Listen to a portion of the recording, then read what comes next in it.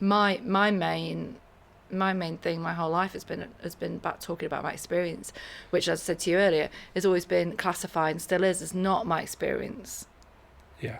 But I have this rule that if it's happened to me, I can talk about it. And who better to talk about it than somebody who's been through that particular thing as well? Yeah. Okay. So, obviously, I'm here with Pamela. Thank you for coming in and talking to me. So the topic, unfortunately, is domestic abuse. So we're trying to get a full sort of understanding is probably not the right word, but sort of different angles on this and try and get some understanding around different situations. And so you've come in to talk about sort of your upbringing. Yeah.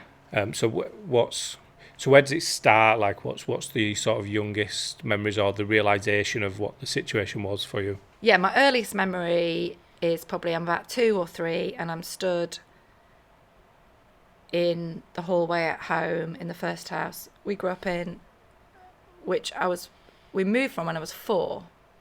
So I know it's before I'm 4, the memory.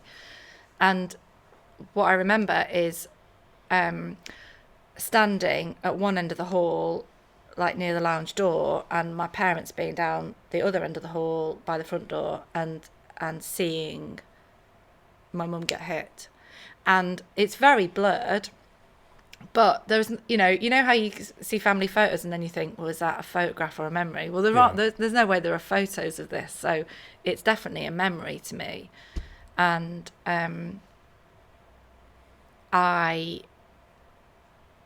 as with most experiences I have, and I don't know if this is normal for everybody, but I remember how I felt. So I can go back to virtually anything that's happened to me, and I think I can remember how I felt. And so, yeah, I remember how I felt. And in the last 3 or 4 years, I started to write about that experience, and I started to write it as a letter that I was going to send to an artist, a woman artist that I really admired, and an academic artist that writes about trauma and how you kind of represent traumatic memory in art, whether it's sculpture or painting or writing, in whatever your artistic output is. I wanted to send these women this letter where I described this event happening, this memory of me at 2 or 3 years old, and I kind of write the letter in a jokey way, but within it I've drawn these little diagrams because I've written the letter on a Word document, and so I've got that kind of basic kind of shit graphics out, with arrows where you kind of can. Yeah. And I draw this incident 3 times with shit graphics in Word, because although I can talk about it, and the best way for me to represent how I felt was to show the angle. And what was the angle? Sort of your view looking The up? angle is my view, yeah, and Right, I still have those letters. I never sent them. I imagine they're going to be in an art gallery one day. Yeah. When I'm famous. But it's like the angle of trauma to me. It's like the angle of neglect, if you like. Right. Which is of somebody little here, like watching something happen up there. Yeah. And what's really also important about that memory is that, the thing at the bottom end of the angle, the little person. Obviously, they're low. It's my height. Yeah. But what's at the other end of the angle are 2 adults. So there's a huge imbalance in terms of height, but also in terms of like whose numbers. Yeah. Me and them. And that is like where that emotion and that memory really sits, is in that imbalance really of like always looking over at them, like you're always the observer in the room, like the invisible or the silent observer of something that's not about you. Like it's Yeah. You could tell you're a poet. What an amazing creative way to visually sort of represent something traumatic, and instead of just remembering sort of the noise or the action, it's that way of sort of trying to explain to people how you're this tiny little thing looking at this massive thing that's happening. I think even if you think of a child experiencing domestic abuse, that is a tiny little thing looking at this huge incident, this huge sort of way of life that you shouldn't be exposed to. And which also largely ignores your presence. Yeah. So that's the first time. And then is this a regular thing that happens? Is that a one-off and then it doesn't happen for a while, or? It's definitely something that that we, and I have two siblings, existed in.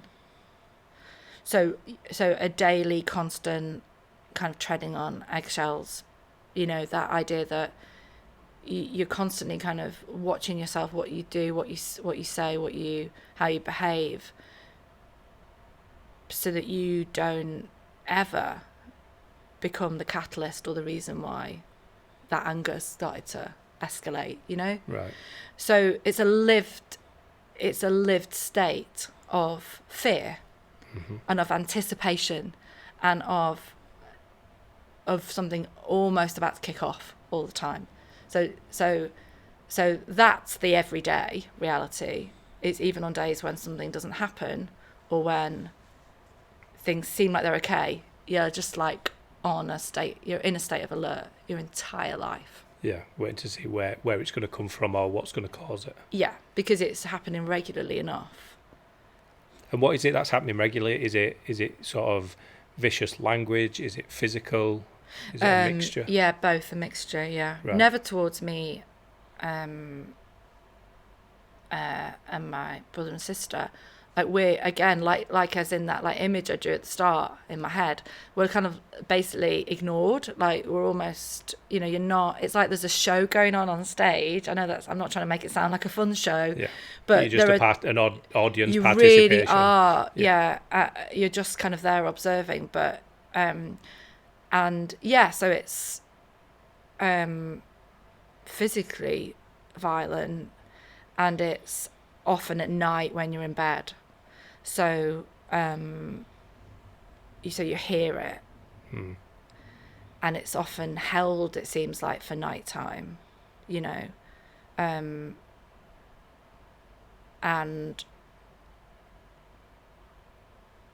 so it's, I suppose majority of my memories are that I'm hearing it going on right downstairs, okay, while I'm in bed. And are you the oldest, youngest, middle? I'm a middle. So yeah. Was there any conversations between the three of you about? No. Right. So that silence, that like utter kind of unreactive, like emotionless silence is, we're all doing it. The three of us are doing it, and we're not talking to each other about it. Okay. So it's completely isolating. Yeah. On like numerous levels, because you're having a shared experience as siblings, and you are, and I don't think any of us were like la, it's not happening. Of course it's happening, but it's almost like there's no point speaking about it. Just don't talk about it. Don't refer to it. And did you observe other adult relationships to know that was different, that was wrong, or was that just what you thought adults were like? Well, this is really interesting, because a few years back, maybe about 5 years ago now, I talked to a friend about the resistance I felt to it. So the kind of natural sense in which this was not normal, it was not acceptable, and why was everyone behaving like it was normal, which is one of the most damaging elements of it for me personally, because I don't like seeing like a discord or like a disconnection between what's actually happening, and then how people are behaving as if it's not happening. That I find that really frightening, like really, really frightening. So I definitely had a clear sense from the moment I existed and came into the world that it was completely unacceptable, and why the hell was no one doing anything about it. However, when I speak to my friend about 5 years ago about this, and she hasn't grown up in this situation, she's just someone I've known for like the last 10 years, she says to me, it's really extraordinary that you had that sense. And I said, is it? What do you mean? And she went, I don't think that's normal. That's why I asked, because usually it's just, oh, this is just what happens. This is just how they are. This is just their personalities. This is just my parents. This is normal behaviour. Whereas for you, you understood that wasn't normal behaviour, and the worrying thing for you was, why is nobody else sensing what I'm sensing, that this isn't right? Yeah. So so I don't know what to do about that. Yeah. I'm still I was thinking about this yesterday, like, because this is still something about myself that features in my life every day. I often find myself in situations where I think, why is no one else reacting to this? Are people not picking up on it? And it could be so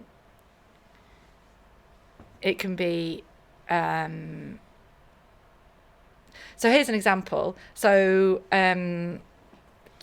2002, I live in southeast London, and I'm driving home on a Friday night in my then boyfriend's little red Micra, and I'm at I'm on the South Circular. I'm in Forest Hill. There's a McDonald's here and a Sainsbury's, and I'm at the lights, and I'm like 2 minutes from my flat, and I look over at the Abbey National Bank and the like Pizza Hut delivery place, and there's an alleyway between the two, and I see what I think is like a Securicor van, big blue vans, and it's slightly rocking like that, and every part of me goes, fuck.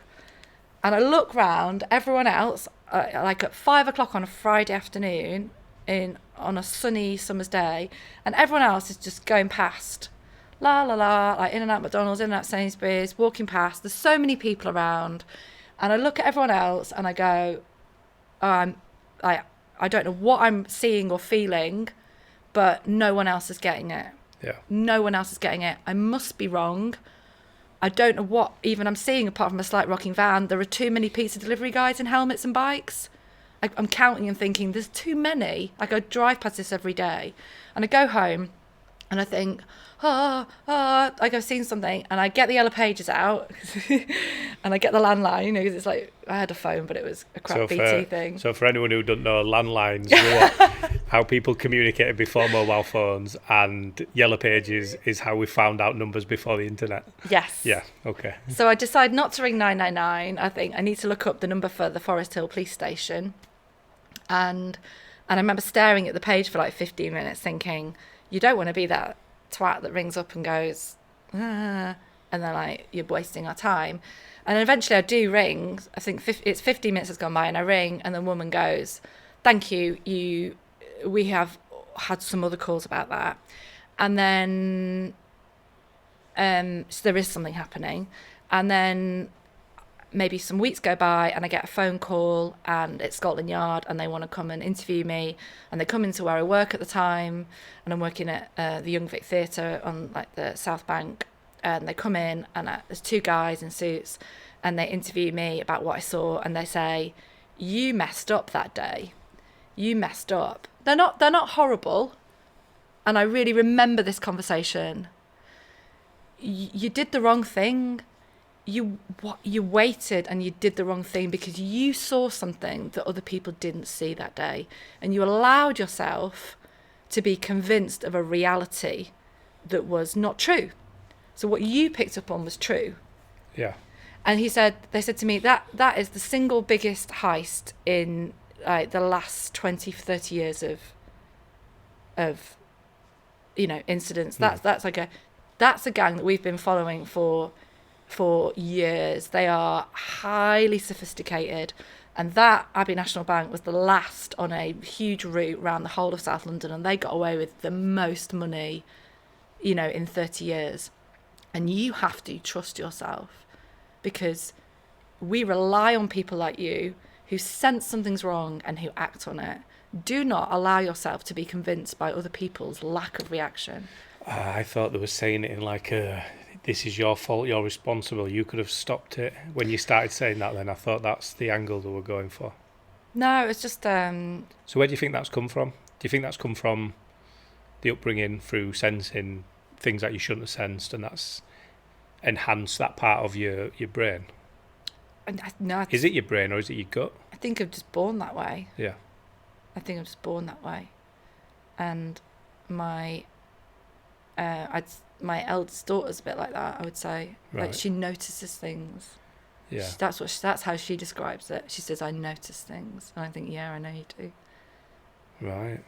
Okay. So with your upbringing, how did that have an effect on you and your siblings? So, like, for example, birthdays and Christmas, were they like days off?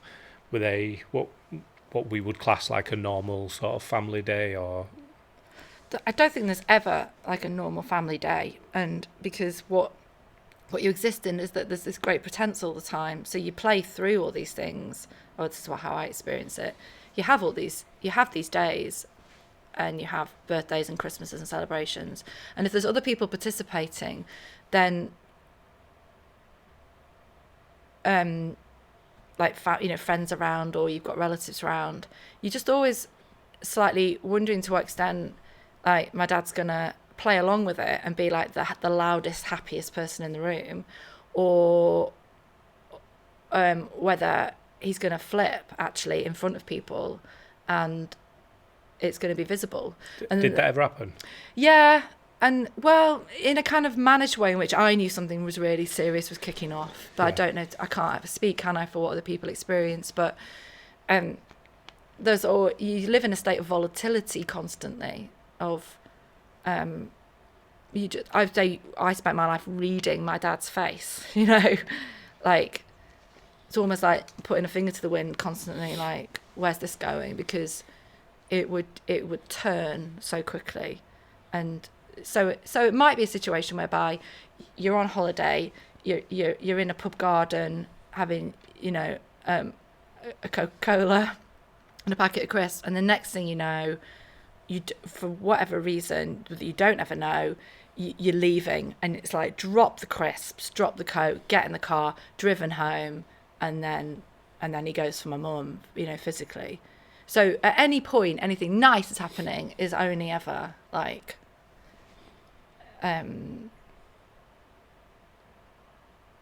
you never relax. Yeah. You never relax. I never relaxed. And has this affected your relationships with men?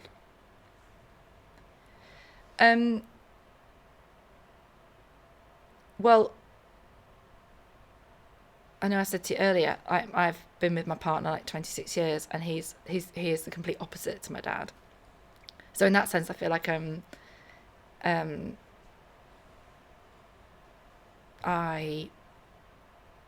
very simplistic.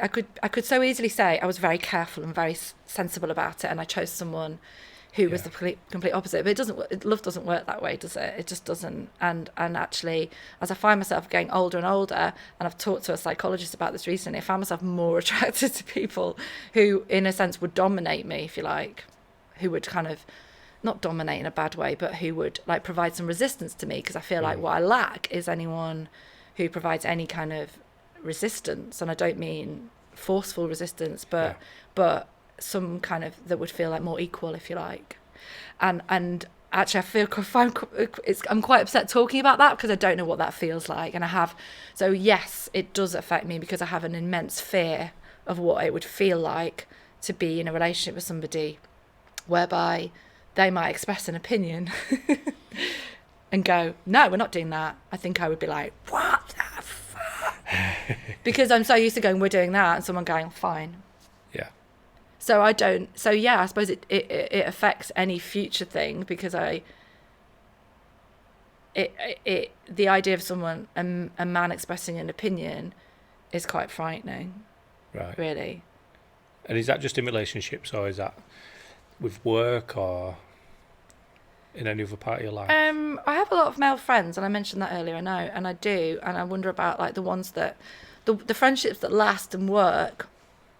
I guess are with men that they don't see me as female, and I don't see them as male, really.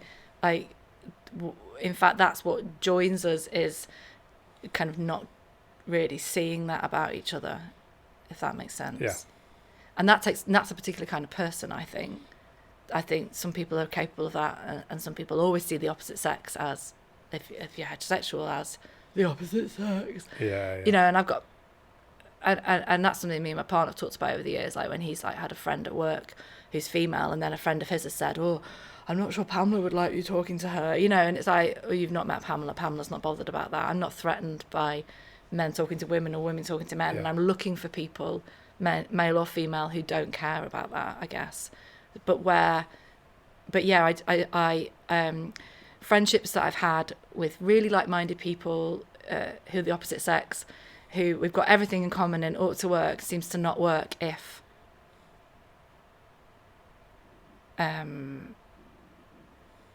I guess down the line I realised that they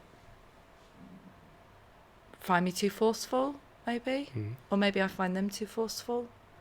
So is that something you recognise in yourself, that you're too forceful, or is it just you're just like other people that are similar and it's just part of your personality?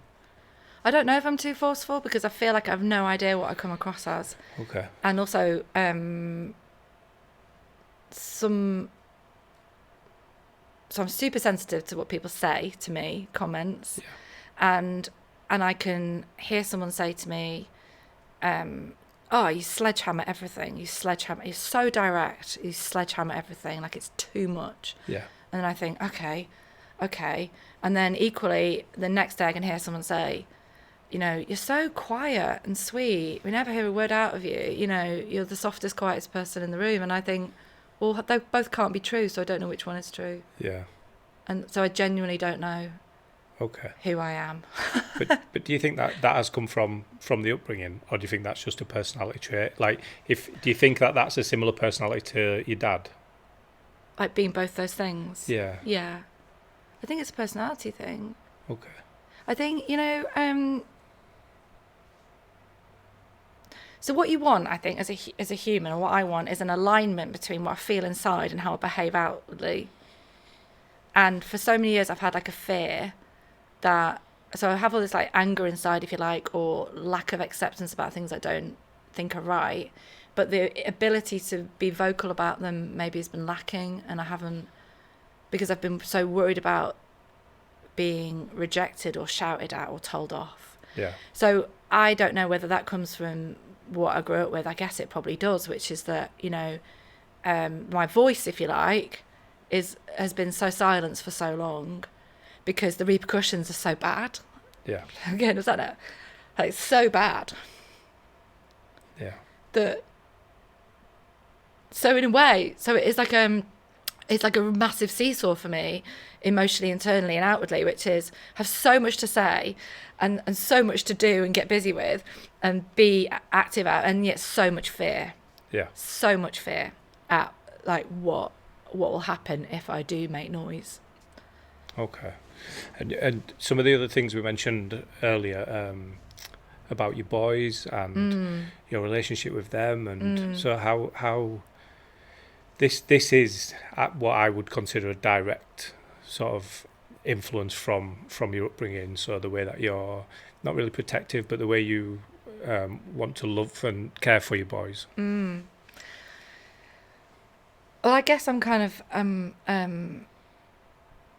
like within my relationship with my partner, I'm the most dominant one in that, and I definitely grew up with a sense in which, had my mum been stronger, maybe, and this is too simplistic, I know, and I'm not for a minute saying that she's to blame, but there's a huge like question like within my mum and dad's relationship, which is since any relationship is the two things together, the two people, like if my mum had been a different person or more vocal, maybe not that she's responsible for his behaviour, but that we would have been taken out of that situation. Yeah. And I remember saying to her when I was 16, it doesn't stop for us until it stops for you. And then having immediate guilt when I'd said that to her, because I remember thinking that sounds like a really pressured thing to say to a woman. Yeah. And I've read all the books on domestic abuse, and I know not what to say, and I know how it works, and I know the mechanism of it because I've lived in it, and I've been, I was born into it. I know the complexity of it, like more than anyone, And yet, I guess, going back to the idea, like, sometimes I make things too black and white. Yeah, the simplistic answer is that a strong female is like the surest way not to let that happen. Yeah. And so what I can be for my 3 kids, I've got a girl and 2 boys, is a really strong female role model, and that will protect them from any abusive behaviour. But their dad's not in any way abusive, I just want to be clear. Yeah. But that would absolutely protect them in case if there was some there. It would mean that no matter what happens and who I'm with, they'll always be safe, because I am completely between the world and them. Yeah. And do they know about your upbringing? No. Right, okay. They don't. And a really close friend said to me a couple of years ago, you'll talk about it at some point with them. And I thought, oh, no, I never will. And then since he said that, I've thought, oh, yeah, probably will, won't I? Probably will. Yeah. And I suspect they know, don't they? How can they not? Because they've been around my dad. Like, he's their he died last year, but he's their granddad. And in the last couple of years of his life, he was dying of cancer. And he was just abusive to everyone. So, I mean... But then would that be, oh, it's just me grumpy granddad, or was it abusive to an extent where they know it's abuse? I would say... Because we do have grumpy old people, don't we? And we just so many. Sometimes we're just like, oh, he's just grumpy, or... Yeah. Well, I don't know, and I guess I'll ask them when they're a bit older. I would say that my eldest son, so my middle child, in the last few years with my dad, after one particular time when he heard my dad talking to my mum, like no holds barred, completely like as bad as I've ever heard it, my son then said to me, I don't want to go back there.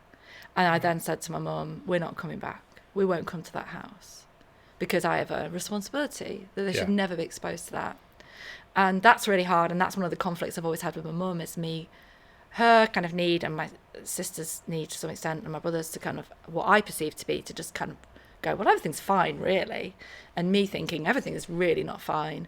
Yeah. And that becomes a problem with grandkids when you...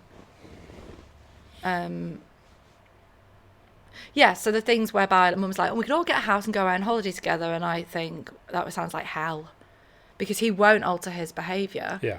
So why would I take my kids away? Why would I take my kids away and we go on holiday for a week in Keswick and stay in a house where he's going to talk to you like that? I mean... Were these conversations you had with your mum? Yes. And what was her response to it? Because you said that she understood eventually that what was going on. But at that time, was she... Like, so the things I want to know are things like, how long were they together before you were born? Yes. And is it just they were together for that long that she now just accepts this is his behaviour, or, you won't know how long the abuse was going on before you were born, will you? Well, I was... they got married when she was 21 and he was 31, and that was 1966, and I was born in 1974, so that's so I think she's 30 when she has me, roughly. Okay. And 28 when she has my sister. So I think it's always been going on in their relationship, from what I can remember it telling me. Early on, it becomes apparent that anger or volatility that he has, and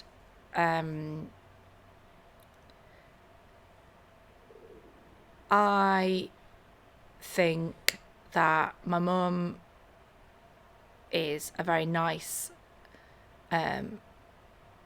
passive person. She has a temperament mentally that's very stable, so in a way she's incredibly resilient to putting up with that her whole life. Right. Like, enormously resilient. Like, she's physically very well as well. She doesn't look her age. She's like kind of... I mean, she grew up in Gorton in East Manchester, in, the council houses there. The youngest of 3 kids, never had education, but was, went to a secondary modern rather than a grammar, and then went and got a job in the civil service kind of when she was 18. So she's not been kind of raised in a way whereby, like, you can do whatever you want, be whatever you want. She's kind of been raised in a way whereby it's like, kind of, I guess, know your place and be a good girl, really. And that's kind of her nature anyway. So I don't think it has ever occurred to her that what else would she do if she wasn't married, you know, within that domestic life, is what I'm trying to say. I don't think anything existed in my mum's mind outside of you're married and you're a wife and a mother. And she did leave when I was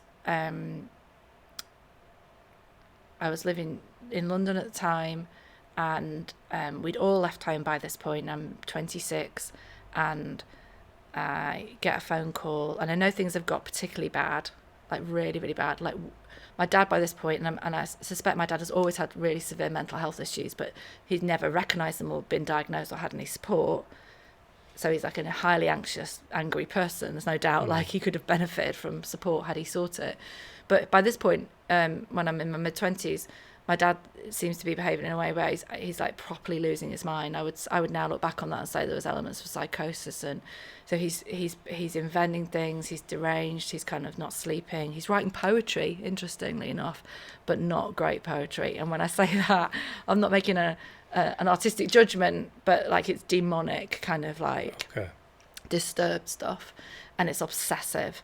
And so that violence and abuse, it gets so bad that she's now on like almost day release from the house with enough money to get on the bus, to go to work, to look like things are normal and come back. So it's like she's utterly being controlled and managed. She tells me that he's being violent to her because she's losing money, but he's taking the money from her purse and then going, you know, and then attacking her because it's going missing. So the abuse has got to the point where she's now saying, I'm losing my mind, I'm losing money, I'm losing keys. So it's got to the point where it's so completely terrifying for me as an observer on the outside, that she's basically incarcerated. Yeah. And one day she breaks down at work with a woman who she, like 10 years previously, showed great compassion to, whose husband, unbeknownst to her, came out as gay and left overnight, and left her and her daughters. And at the time, my mum was the only person that showed any kind of support to this woman. So anyway, 10 years go by, mum breaks down at work, and this woman says, you can't go back, come home with me. So I get a phone call from mum saying that she's gone, and that she's living, she's in this house with no clothes, no money, no nothing apart from what she's got on. And she's been essentially given refuge and rescued by this woman. And then starts this weird summer, where I'm travelling up from London every weekend on the National Express coach or bus or train, to kind of take it in turns to visit my parents. And I'm suddenly, my brother's in America doing a soccer coaching thing. My sister can't participate, doesn't want to get involved. And I'm then basically parenting the two of them, who are on like suicide watch, whilst trying to not let my dad know the location of my mum. And it's, and I'm then at the end of it thinking, I'll move back up from London, let's get a flat with mum, I'll move in with mum, we'll have a safe place together. And I remember sitting in my office, the same office that those Scotland Yard people came round, and I get a call from her one day, and she said, your dad and I love each other very much, and we feel like you've very much interfered in things, and we'd like you to get on with your life, and we'd like you to leave us alone to get on with our life, because we love each other, and you've interfered.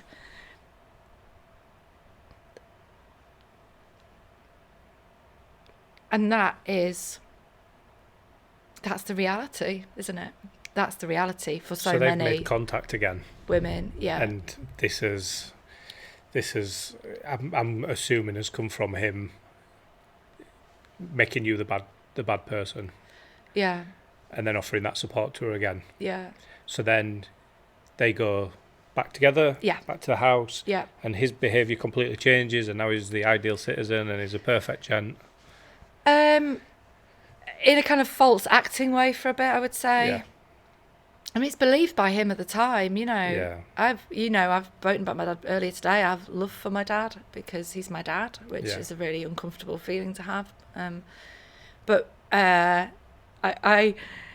I wish my dad and I had been friends. You know, I wish I could go back and have a different life with him, because I think, like, in a sense, what my whole life I've been competing with my dad for my mum, you know. Yeah. And that's been the worst part of it. And so that memory of that trajectory of being little and seeing them two over there is actually what I want in that situation, is for my mum to walk down the hall towards me and pick me up and be with me, you know.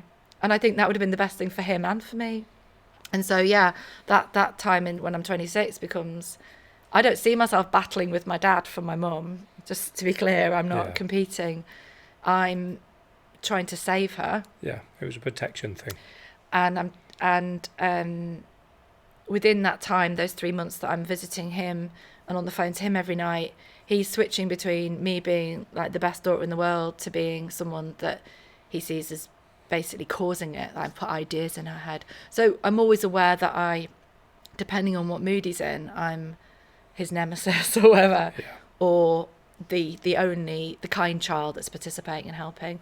And what happens at that point to me when my mum goes back is that, this is how I feel about it, is that my brother and sister enter stage right, stage left, and the family resumes without me, you know, which is not the first time that's happened to me. That happened when I was 16 as well, and told me he told me to leave, and I left. And because you was identifying the behaviour, you were sensing that it wasn't right. Yeah. So then he sees you to a threat of his control. Yeah. So it's easier for you not to be there. Yeah, just reject. Yeah. Reject. Just not. Just go. You're not a part of the family. So you mentioned that your mum eventually realised what the behaviour was. When was that? Was that after he passed? It was in the couple of years between him being diagnosed with cancer and dying, and he died last November. So yeah, very recently. And it came about through some support she was getting, some counselling she was offered to deal with his illness and her role as a carer, you know, because she was full-time caring for him. And I think also like a brilliant like district nurse who I guess because she's my mum's peer and she's got authority because she's in the medical profession, she's not her daughter, recognises, can see the way my dad's speaking to mum and behaving and the control, and sees exactly what's going on when she goes around and says, you know, you're in an abusive relationship, and those words from that person who has no connection, no ulterior motive in their eyes, completely separate, identifies what you've been trying to tell them for a while. Yeah, and is able to say it, and then my mum, you know, says, and so thinks, you know.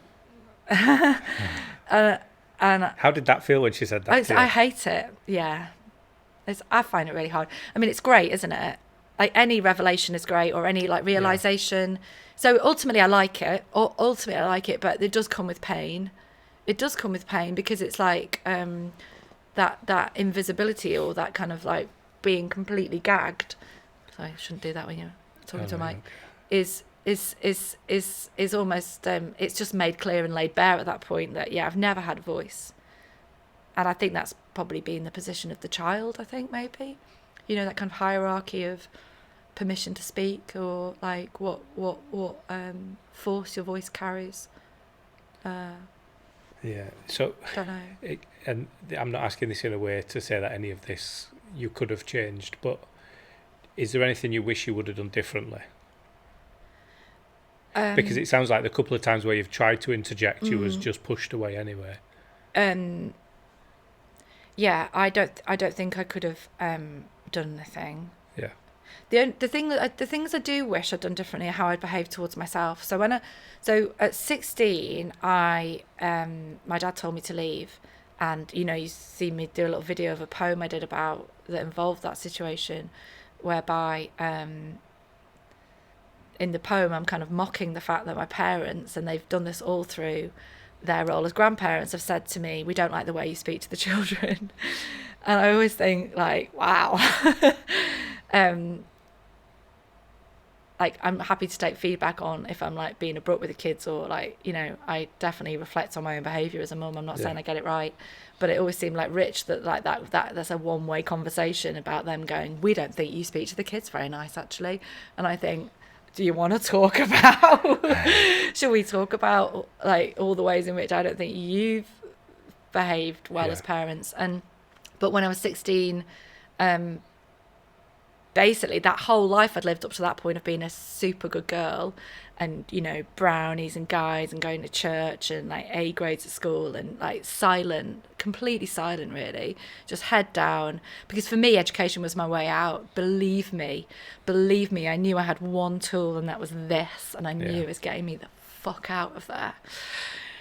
And like, I really did look around me. I thought, I've got nothing to offer the world, but I think I'm canny, and I think, you know, I'd get these grades and I'll get out of there. And I remember reading like Anne of Green Gables, and she went to university, and thinking, girls like me, you go to university, you know, like, if you're clever, like, you might get to do A-levels, like, that might be amazing. And then, I don't know, maybe I could do a degree or something. But it was basically a route out.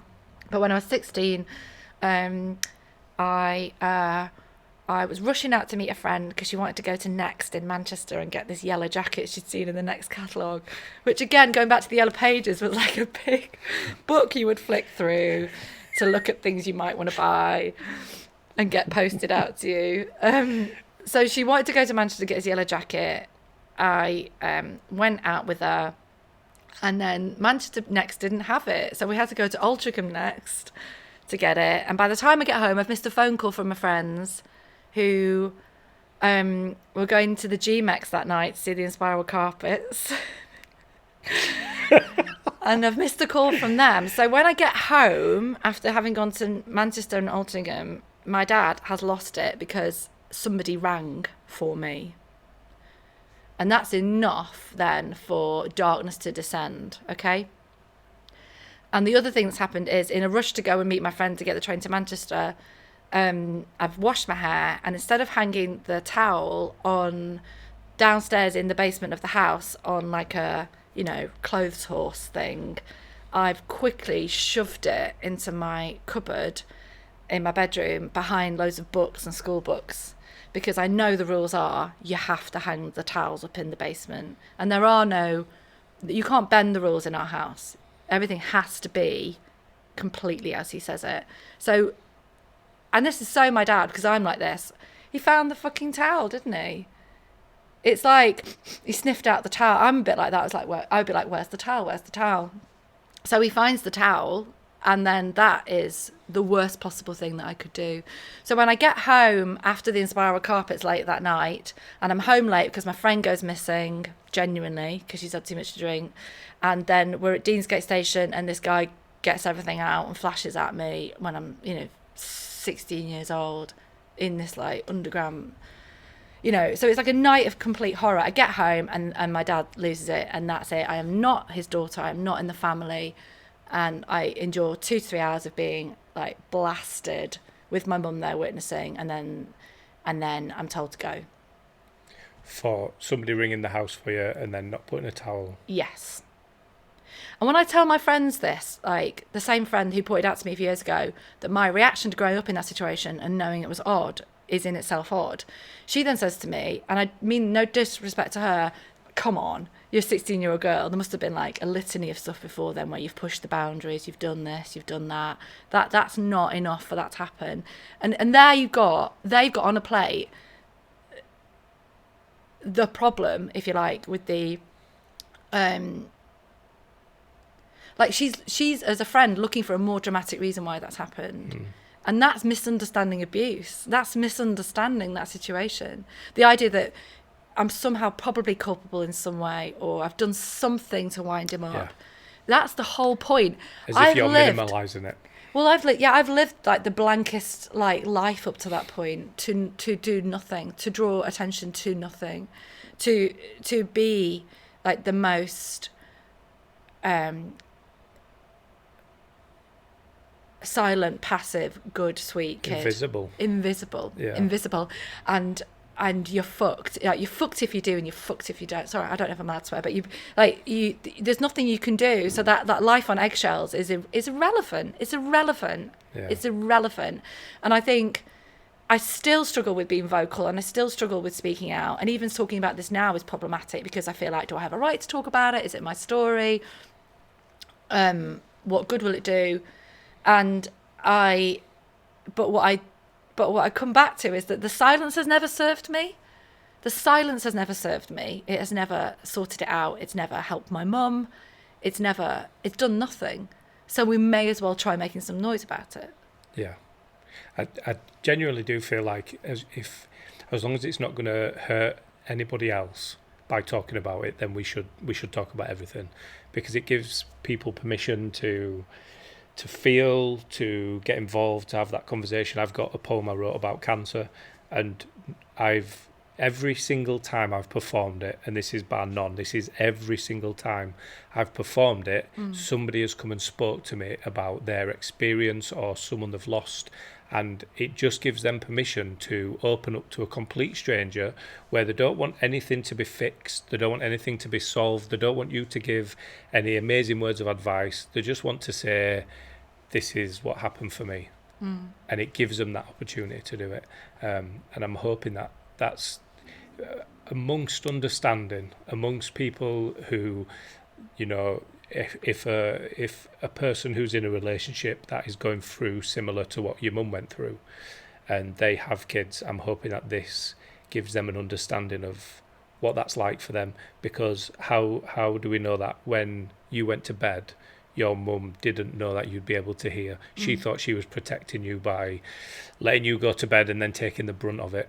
You know, there's that sort of, and if other parents out there are doing the same, they need to know that, you know, it doesn't end there. You know, people, if they can hear, then they can feel, they can remember, and this can have a knock-on effect. Yeah, I think I know that one of the biggest lies I tell myself as a mum is that my kids don't know what's going on. Yeah. And I know it's a lie, because I used to always think, are you thick? Like, we're not protected from anything. We know exactly what's going on. And yet these are the conversations which, as adults, like, I think, you know, I've hidden so much stuff from my kids over the last 10 years that between me and my partner, which have been entirely visible. They must know the whole story, you know, things I'm not going to go into here, but they must know. Of course, they know. So it's like you're in this, what's the word? It's like, well, it's complicity, isn't it, of silence? Yeah. And so, you know, as adults, you have a right to an adult relationship, and you have a right to not to have to share everything with your kids, and your kids have a right for not everything to be shared with them. Like, there is a protectiveness that you have to do as parents to not overshare, I think. But the reality is that our kids, like, we share a house together, so, like, how can they not know? And we, of course, knew exactly what was going on with my parents. And sometimes, I mean, he would wake us up to go and watch. So, I mean, sometimes it was like, you know, it was almost like he wasn't getting enough of a reaction. So it was like, now we need to come and visibly see what a bad person she is. Right. Like, we're going to have to watch what's happening to her, because the reason it's happening to her is her fault. So we need to know, like, what she really is. Yeah. That was the thinking behind it, because it wasn't his fault. It was her fault. She was making him act that way. Yeah. So we needed to see that she was really bad, really bad person, and he would, and it'd be, you know, watch. But there are things I experienced as a child and as a young person, which I get things I did normalise, and only as an adult, like, understanding more about therapy and, like, reading about kind of attachment theories and kind of childhood trauma, understanding that what was happening wasn't normal. So I would often lie in bed feeling, and I mention it in this poem, like my head was on backwards. So there are things that are, I think, like the physical manifestation of trauma happening, which are like absolute textbook. So like a kind of I don't know what the correct word is, but almost like a physical disfigurement that you're experiencing in your body at the time. So I would lie in bed, and it would be like kind of, well, my feet are bent that way and my head's over there, and you're feeling that. It's like, oh, I've been put back on wrong. Yeah. And that's, I think, like one of the textbook signs of basically kind of of abuse, of a neglectful behaviour that you're experiencing, that's then being felt in the body. Did you ever get, not like a moment of closure, but a point where you think, I'm not going to allow this to affect me anymore? Has that ever happened? Like I'm drawing the line at this. Like, it sounds like when you decided you weren't going to take your kids to the house, that's like a version of that. But you still know it's happening, and you'll still be affected by it through conversations with your mum. I don't think I've ever drawn a line. No, I've never drawn a line. I don't think.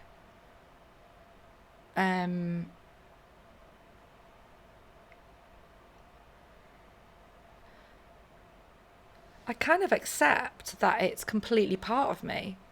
Yeah. And I don't have shame about that. There's an annoyance at like maybe how much energy it still takes up. So I know, like I've said to you, like I want to be able to focus entirely on my kids and not on my backstory. Yeah. I don't want to, as much as I talk about, for as long as I talk about my parents, then my focus is on them, and I'm facing the wrong way. And so I have an annoyance at that, without really knowing how to cease to talk about it, because it still kind of lives through all my relationships with my family members. Do you talk with your siblings about it now? Barely, really. I mean, they would be like open to talking about it, but I think it's down to different personalities. And I think the most recent chats I've had with them both, it's more a sense they have of, I guess, we're all right, things aren't that bad. And we turned out okay. Yeah. And yeah, so I remember having a conversation with my brother probably about 5 years ago along those lines, and I used to be really close to my brother, and he's a really good lad, and he's brilliant, and both my brother and sister are really nice people, but yeah, he was broadly saying, well, I think we all get on, I don't think really there's any problems. And partly I think I have to respect and appreciate that's his experience, and he's had a different experience to me. He's a very different person to me. He's like the most chilled person in the world, and that's great for him. I don't mean that like rudely. That's great for him. It is good, but I said to him, but we're not close, any of us. And I can't really remember his response. I think you like, and so what I have is like a disconnect with all my family, really. I feel, because those real conversations can't take place. Yeah. I just feel really sad. I feel like, because they can't take place. So what would happen if you got on Zoom tonight and you said, I was on a podcast today and we spoke about this, and there's some things that I remember, and I just wanted to know if you wanted to talk about any of them. Do you think there'd be resistance there? So I have a massive fear that if they, and I'm not going to hide that I've done this, but that is this my story? And that's always been something, and do I have a right to even talk about it? And obviously I'm here, and I've been talking about it for a few years with people. So I've kind of made that call, but it's precarious to do it, because I do fear rejection, I guess, that they'll go, you didn't have a right to talk about that. Yeah. And I understand that. I don't think that's true, and I don't think that's fair, but that's my fear. And I think on a personal level, they would just not welcome the conversation, but they love me. And it's an uncomfortable thing, and especially if they're in a place where they can sugarcoat it in a way that, everything's cool now, we all turned out okay, and it's that I'm choosing to focus on the positives, but then that's probably what your mum did for the 55-ish years and that they were together. And that's what I guess I see their behaviour as behaviour, but like their perspective on it is more similar to my mum's, and they're more like her in nature. And so see, this comes down to a massive kind of issue I have with, like, if you like, I worry about passive behaviour, and I worry about people who are like nice. Yeah. Like, I think it's really important to be nice and kind, but that I think nice and kind actually take a forcefulness, and they take As long as it comes from a place of honesty. Yeah. That there's some action within kindness. Yeah. That it's an active thing, it's not a thing. And what I think my family naturally do really well is Yeah. And that's not the same as actively being nurturing or loving or kind. Often that is just being silent. But we know, don't we? Like, I know, well, like, learn what I've learned from psychologists and psychiatrists and anyone involved in any kind of therapy is that, you know, I was really fortunate to receive psychiatric support and with the psychiatry department at Leeds at LGI after I had this illness, which I found really devastating. And so I was offered psychiatry for medical trauma because it was a traumatic illness that left me paralysed. And I found that deeply frightening for many reasons. And I remember the psychiatrist saying in the first few appointments that you get 2 soldiers in Afghanistan and a roadside bomb goes off, and they see their friend died, and then they come home, and this is just an example, obviously, but one of those guys never recovers from that. Like, that is a traumatic event for both of them. And then the other one largely goes back to his life and largely isn't affected by it. And why is that? Why is it so detrimental to the one man and not the other? And that broadly what they think is that when you look at the stats and the data and you look at those 2 men's lives and you go back to that early childhood, that the one who struggles to cope with the horrific bomb and loss of life is the one who experienced trauma as a child. And he got out Lego bricks. I remember the psychiatrist got out Lego, and he said, you know, that early trauma is a Lego brick that sits there your whole life within you. And it's so that those later traumas, they've got this little clicky brick just to kind of go onto. Yeah.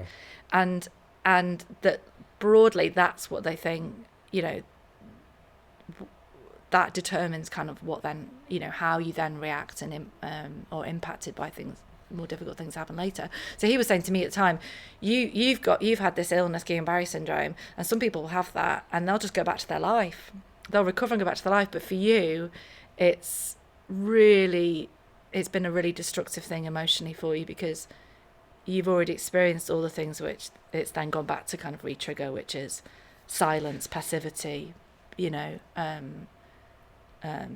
neglectful behaviours, all those things. But of course within that is simply genetics as well, and the fact that there's no doubt that me and my brother and sister are quite different people, and I'm more reactive and more angry about stuff, and more likely to say I don't think that's okay, and then more likely to go I'm just not bothered by that. I mean, that could be down to you saying that you sensed things as a child. If they didn't, then it could have just how they accepted that that's what the behaviour was. Yeah. So if anyone watching this has been through similar stuff, what helps? What's been a positive thing that you've done? Or so what's helped? Talking about it has helped. Talking about it has helped. Yeah. Did it help the first time, or is it repetitively talking about? Because I feel like sometimes when you pull a plaster off, it feels really uncomfortable, and you sort of sometimes regret doing it, and you think it's made things worse. But then the consistency of, because it is like a treatment, it is like a therapy, and the more regularly you do it, I'm not going to say it becomes easier. The more you learn to deal with those feelings, I'll say. Well, the first time I started talking about it really was when I was 18 and I moved to Leeds to come to uni, and I remember like just talking about it really blankly with people and no one really reacting. And I've always talked about it in a really matter of fact, really, in adulthood. And and that's definitely been a help, because it is about asserting your own reality. You know, it is a really important thing. I remember seeing a play in London called 5 Kinds of Silence, about a family of 4, and there was like physical and sexual abuse happening within this family, and so the 4 kinds of silence were the family members, and the fact they're just all like, you know, cut off from people in society in a way that we were as a family, really. And all through the play you're thinking, what's the 5th kind of silence? And the 5th kind of silence is everybody else. And that was really powerful for me. And I thought, well, like, so talking for me is about combating that kind of 5th kind of silence, if you like, or 6, or however many people are in your family. It's that external silence that kind of has a choice about whether it can look, whether we as a society look in on something, or whether we just go, it's a family matter, it's just something within their relationship. I hope, like, you know, I'm 45 now, that we don't talk about domestic abuse in the way that we did when I was a kid, which is that, you know, well, they're a nice family and they go to church and they're doing well at school, so there's nothing to look at here. I would say there's always something to look at. And it comes back to, I guess, all the kind of safeguarding training we all do now in whatever jobs we do. And I do it, I work with adults with learning disabilities, and I work with young people, and I work at the uni in disability studies. It's that sense of like, so on a personal level, to speak about something is really important, but on a societal level, to that alarm bell and that fear and concern, to act on that, and to be to not kind of see domestic abuse as something which is like domestic, I guess. It's a problematic thing, isn't it? Control is control, and misuse of power is misuse of power, and we're never any of us safe from it. We're never any of us safe from it, because it is about, like, it's about what happens between 2 people, essentially, at the point in which 2 different natures come together. And it's so I think I'm a strong, resilient person, but I don't think I'm ever safe, if you like, from what my mum went through. That's what I'm trying to say. And so for me, like, talking about it and keeping it a live thing is in a way kind of a safety thing for me. Like, I never kind of take for granted that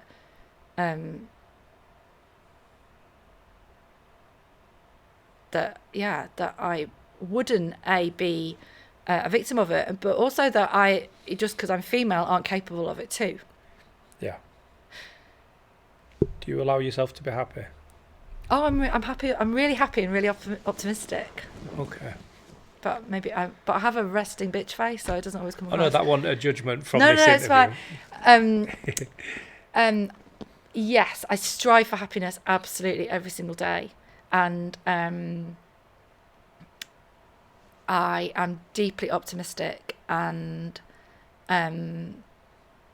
feel like I'm always like trying to sense and find those other people in the world out there like that, because there's a good, like, we're out there, and we're kind of there's more than enough of us, but the dots need to be joined between us, because I think some of us have like the power to kind of like bring others up. Because I do feel like ultimately I've always felt quite alone, I guess. I have like loads of friends, and I'm very loved, and I know I'm very valued, but I feel like I'm essentially kind of a lone voice, but that's okay. That's all right. And I'm happy for people to kind of look at me and like a standing stone on the landscape and go, like, she's permanent and she's stood there and she's not going anywhere. So yeah, I'm often happy, often very silly. I love my writing. I love my art. Since I had that trauma therapy at LGI, it took away a lifetime of anxiety, and the anxiety was what kept me silent. Oh, that's amazing. So I'm mostly optimistic about the future. Yeah.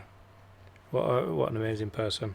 It's been brilliant to get to know you more. It's been brilliant to meet you. This is the first time we've actually met after speaking for I'm not sure how long. But yeah, I'm really looking forward to seeing, because we've already spoke about projects in the future. I'm really keen to sort of get to know you more, and just thank you for coming in and sharing your story. And I'm not bothered what other people would call it, whether it's your story to tell. This is your experience of your upbringing, so this is 100% your story, and I'm glad that you came and shared it with us. Thank you. So thank you very for much. Inviting me. It's nice to meet you.